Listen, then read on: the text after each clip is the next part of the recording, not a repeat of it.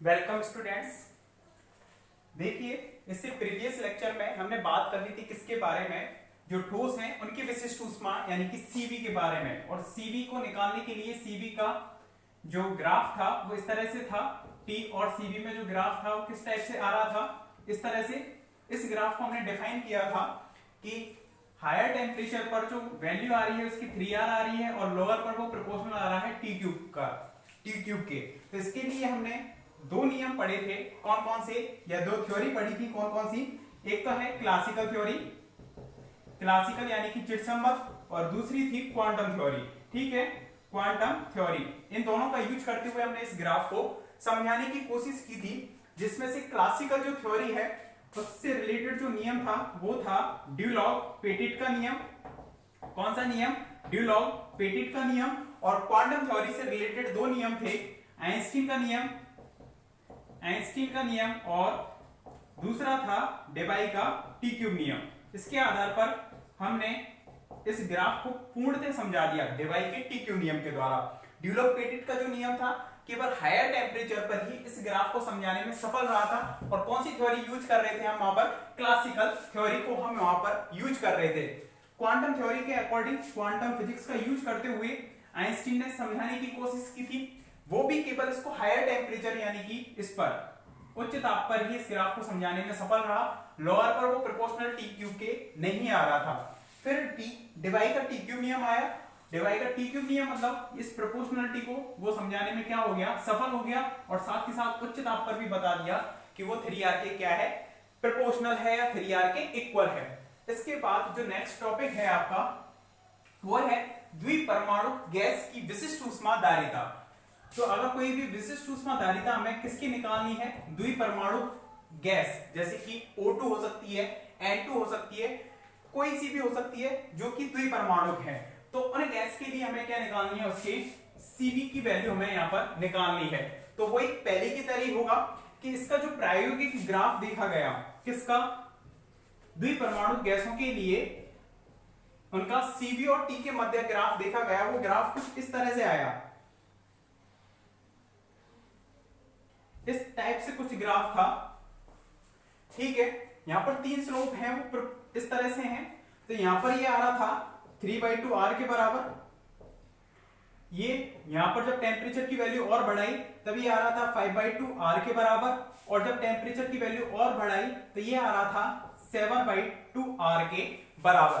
तो इस ग्राफ को हमें समझाना है। तो यहां पर टेम्परेचर की वैल्यू कम है तो इसको बोलेंगे हम निम्न ताप कि इस यहां तक जो टेम्परेचर की वैल्यू थी निम्न थी, इसलिए निम्न ताप। यहां पर जो टेम्परेचर की जो वैल्यू थी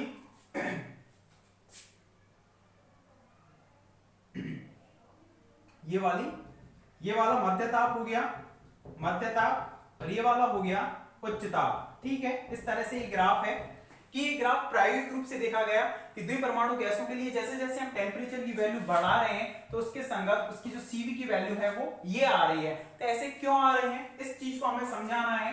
तो उसको हम समझाने के लिए वही यूज करेंगे। देखो कि जो द्विपरमाणु अणु है, द्विपरमाणु अणु जैसे ऑक्सीजन हुआ तो एक ऑक्सीजन ये रहा, एक ऑक्सीजन ये रहा। नाइट्रोजन होगी तो एक नाइट्रोजन का परमाणु ये रहा, एक ये रहा। इस तरह से होगा जब उसको हम टेम्परेचर दे रहे हैं। टेम्परेचर देने से मतलब ऊष्मा दे रहे हैं, टेम्परेचर उसका क्या होगा, बढ़ेगा।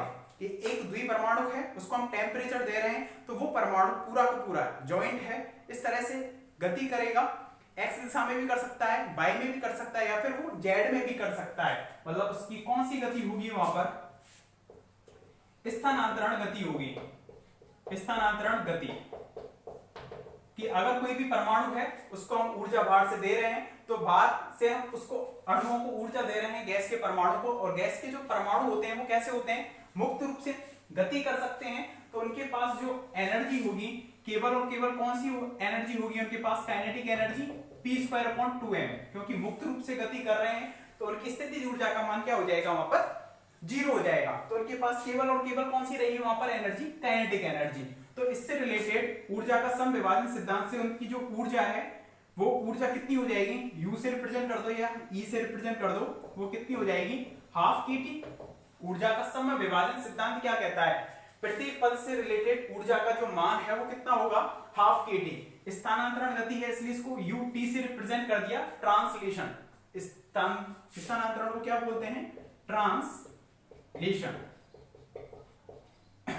Translation motion. ठीक है, तो इसमें क्या हुआ, एक जो गति है उससे रिलेटेड कितना हो गया, हाफ के टी। अब वो तीनों दिशाओं में गति कर सकता है, एक्स में भी, वाई में भी और जेड में भी। और यदि डिग्री ऑफ फ्रीडम कितनी हो गई, मतलब एफ, अगर एक से रिलेटेड हाफ के टी, यदि डिग्री ऑफ फ्रीडम एफ है तो एफ इंटू हाफ के टी हो जाएगा। एक अणु के लिए बात करें तो एफ की वैल्यू कितनी हो जाएगी, 3, तो 3/2 के टी हो जाएगा।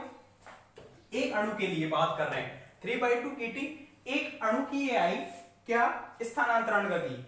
3 क्यों आई, क्योंकि x में भी मूव कर सकता है वो, y में भी कर सकता है और वो z में भी कर सकता है, इसलिए यहाँ पर कितना आ गया, 3/2 kT।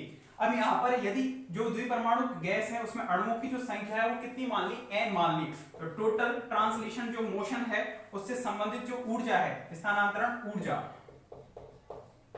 ये कितनी हो जाएगी बताओ, 3/2 kT एक की है तो n से मल्टीप्लाई कर देंगे, टोटल आ जाएगी n के इक्वल टू होता है nr, तो 3/2 nr और t अपनी जगह है इस तरह से। तो इस तरह से 3/2 nr हो गया ये nRT। और यदि हम एक मोल के लिए बात करें तो n इक्वल टू 1 मोल्स के लिए, तो ये कितना हो जाएगा, ut इक्वल टू 3/2 RT। तो ये तो कौन सी हो गई, ट्रांसलेशन से संबंधित आंतरिक ऊर्जा बोल सकते हो या ऊर्जा बोल सकते हो। तो CV इक्वल टू कितना होता है, du अपॉन में dt at constant v, du upon में dt एट कांस्टेंट v। तो ये कितनी वैल्यू आ जाएगी यहाँ से, 3/2 r। CV की वैल्यू कितनी आ गई, 3/2 r। अब लेकिन जरा सोचना, यहाँ पर जो दिए जाने वाली जो ऊष्मा है वो कम है तो टेम्परेचर भी कम होगा। अगर दी जाने वाली ऊष्मा कम है तो टेम्परेचर भी कम होगा, तो उस पर केवल वो मोशन जो हो रहा है, स्थानांतरण मोशन हो रहा है, मतलब अणु है पूरा, जैसे ऑक्सीजन का ये पूरा अणु हुआ, इस तरह से गति करेगा, इस तरह से गति कर सकता है या इस तरह से गति कर सकता है। लेकिन जैसे ही हमने टेम्परेचर को बढ़ाया, मतलब उसको दी जाने वाली ऊर्जा की अगर हमने वैल्यू बढ़ाई, तो वहां पर स्थानांतरण के साथ साथ क्या हो जाएगा, घूर्णन भी होने लगेगा, घूर्णन गति होने लगेगी। और घूर्णन गति से संबंधित ऊर्जा कितनी होती है, हाफ आई ओमेगा स्क्वायर। ठीक है, तो ऊर्जा के सम विभाजन सिद्धांत से U रोटेशनल मोशन कितना हो जाएगा, हाफ के टी। ठीक है, तो इसके लिए डिग्री ऑफ फ्रीडम यदि f है तो f/2 kT, और f का मान कितना होगा, घूर्णन कितने तरीके से कर सकता है, जैसे कि एक अणु यहाँ पर है, एक यहाँ पर है, जैसे यहाँ पर देखते हैं इसको, इस तरह से ऑक्सीजन का ये अणु है इस तरह से, तो ये एक तो इस तरह से इस वाली एक्सिस के सापेक्ष रोटेट कर सकता है, इस तरह से पूरा का पूरा ये अणु इस तरह से गति कर सकता है। ठीक है, एक ये इस तरह से पूरा गति कर सकता है इसी तल में, जैसे कि ये वाली जो एक्सिस है इसके परिधि ये गति कर सकता है, तो उससे संबंधित गतिज ऊर्जा होगी, इससे संबंधित गतिज ऊर्जा होगी। देखिए इससे संबंधित गतिज ऊर्जा का मान कितना होगा, जो इसकी एक्सिस से होकर जा रही है, ये वाली जो एक्सिस है इसकी, इससे होकर जो अक्ष जा रहा है ये, इस अक्ष के परिधि इसका जड़त्व आघूर्ण कितना हो जाएगा, 0, क्योंकि इससे अणु के बीच की जो डिस्टेंस है I का मान कितना हो जाएगा, 0 mr² से, जिससे कि घूर्णन गतिज ऊर्जा का मान 0 हो जाएगा। तो केवल दोनों से रिलेटेड मिलेगी, एक तो इससे रिलेटेड और ये वाली अंदर जो है उससे रिलेटेड। तो डिग्री ऑफ फ्रीडम घूर्णन करने की कितनी रही, इसकी 2 रही, पहले भी बताया था ये सेकंड वाली यूनिट में। तो यहाँ पर कितना जाएगा, ये 2/2 kT यानी कि kT। और यदि अणुओं की संख्या n है तो UR आ जाएगा कितना, n kT, और n kT, n के इक्वल टू nr लिख सकते हैं t। तो यहाँ पर टोटल यहां से संबंधित CV जो होगा UR रोटेशनल से रिलेटेड लिख सकते हैं, इसको CV को हमने कौन से रिलेटेड लिख दिया, ट्रांसलेशन से, इस तरह से कर सकते हैं। तो CVR कितना हो जाएगा बताओ, DUR अपॉन में dt एट कांस्टेंट v, ये कितना हो जाएगा, nr। ठीक है, nr, और n इक्वल टू अगर हम एक मोल के लिए बात करें तो CVR इक्वल टू कितना हो जाएगा, ये r कितने के बराबर आ जाएगा, ये r के बराबर आ जाएगा। और यदि हमने टेम्परेचर की वैल्यू और बढ़ाई, टेम्परेचर और बढ़ा दिया, उच्च कर दिया टेम्परेचर, तो उस स्थिति में क्या होगा, ये अणु पहले तो इस तरह से भी कंपन कर रहा था, x में, y में और z में, साथ के साथ घूर्णन भी करने लग रहा था 2 एक्सिस के परिधि। अब क्या होगा, यदि आपने टेम्परेचर और बढ़ाया तो होगा क्या, ऊष्मा और मिलेगी, एनर्जी और मिलेगी, तो इनके मध्य का जो बॉन्ड है, बंध है, वो लूज होने लगेगा, जिससे कि अणु इस तरह से भी कंपन करने लगेगा। अब ये कंपन कितने तरीके से हो सकता है, दो तरीके से हो सकता है। कैसे कि एक तो ये दोनों अणु इधर जाएं एक ही डायरेक्शन में और एक साथ इधर आ जाएं, एक तो ये कंपन हो गया, एक में ये बॉन्ड ले बढ़ रही है फिर घट रही है, मतलब दोनों अपोजिट डायरेक्शन में जा रहे हैं। तो कितने तरह से कंपन संभव है वहां पर, एक तो ये वाला हो गया, एक साथ ही एक ही दिशा में कंपन कर रहे हैं दोनों अणु, और एक अपोजिट डायरेक्शन में कर रहे हैं, तो दो प्रकार से कंपन हो सकते हैं वहां पर। तो इस चीज को अपन कहेंगे थर्ड पॉइंट, कंपन ऊर्जा या कंपन गति। तो कंपन गति से रिप्रेजेंट जो ऊर्जा होगी U, वाइब्रेशन V से रिप्रेजेंट कर दिया, तो वो कितनी होगी, हाफ kT, और F का डिग्री ऑफ फ्रीडम F है तो F/2 kT, degree of freedom कितनी होगी 2/2 हो जाएगी, kT इक्वल टू kT। तो U V इक्वल टू कितना आ जाएगा, N अणुओं के लिए बात करें तो N kT, तो यहां से CV या पहले लिख लेते हैं इक्वल टू nRT। तो यहां से जो CV आएगा वाइब्रेशन से रिलेटेड वो कितना आ जाएगा nR, एक मोल के लिए बात करें तो केवल R, ये हो जाएगा।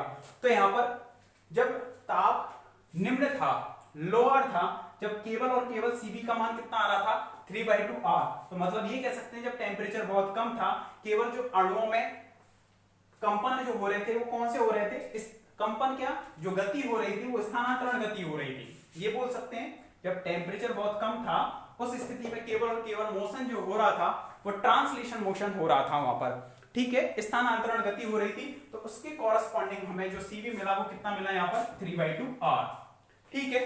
जैसे ही हमने टेम्परेचर बढ़ाया तो हुआ क्या, टेम्परेचर हमने बढ़ाया, तो टेम्परेचर को जैसे ही हमने बढ़ाया तो यहाँ पर क्या हुआ कि टेम्परेचर को बढ़ाते ही स्थानांतरण के साथ साथ वहां पर ये घूर्णन भी होने लग गए।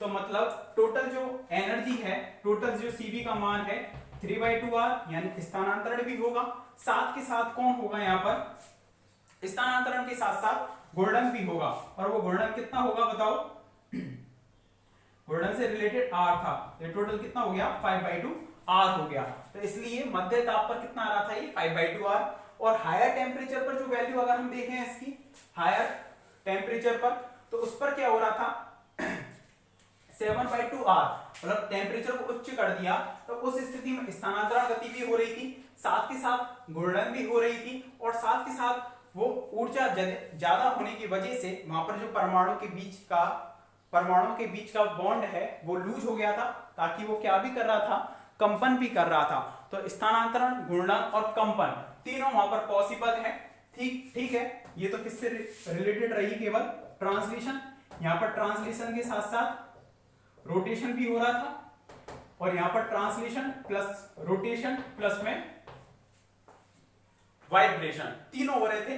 तो तीनों से रिलेटेड कितना हो जाएगा 3/2 R, प्लस में R और प्लस में R, यानी कि टोटल कितना हो जाएगा 7/2 R, ठीक है। इस तरह से ये 7/2 R, 5/2 R और 3/2 R यहां पर आए, ठीक है।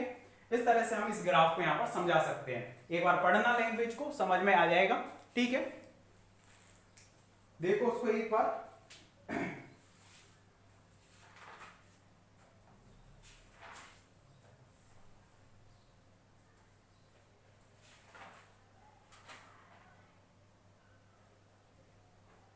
ठीक है, इसके बाद देखेंगे नेक्स्ट लेक्चर में, ओके, थैंक यू।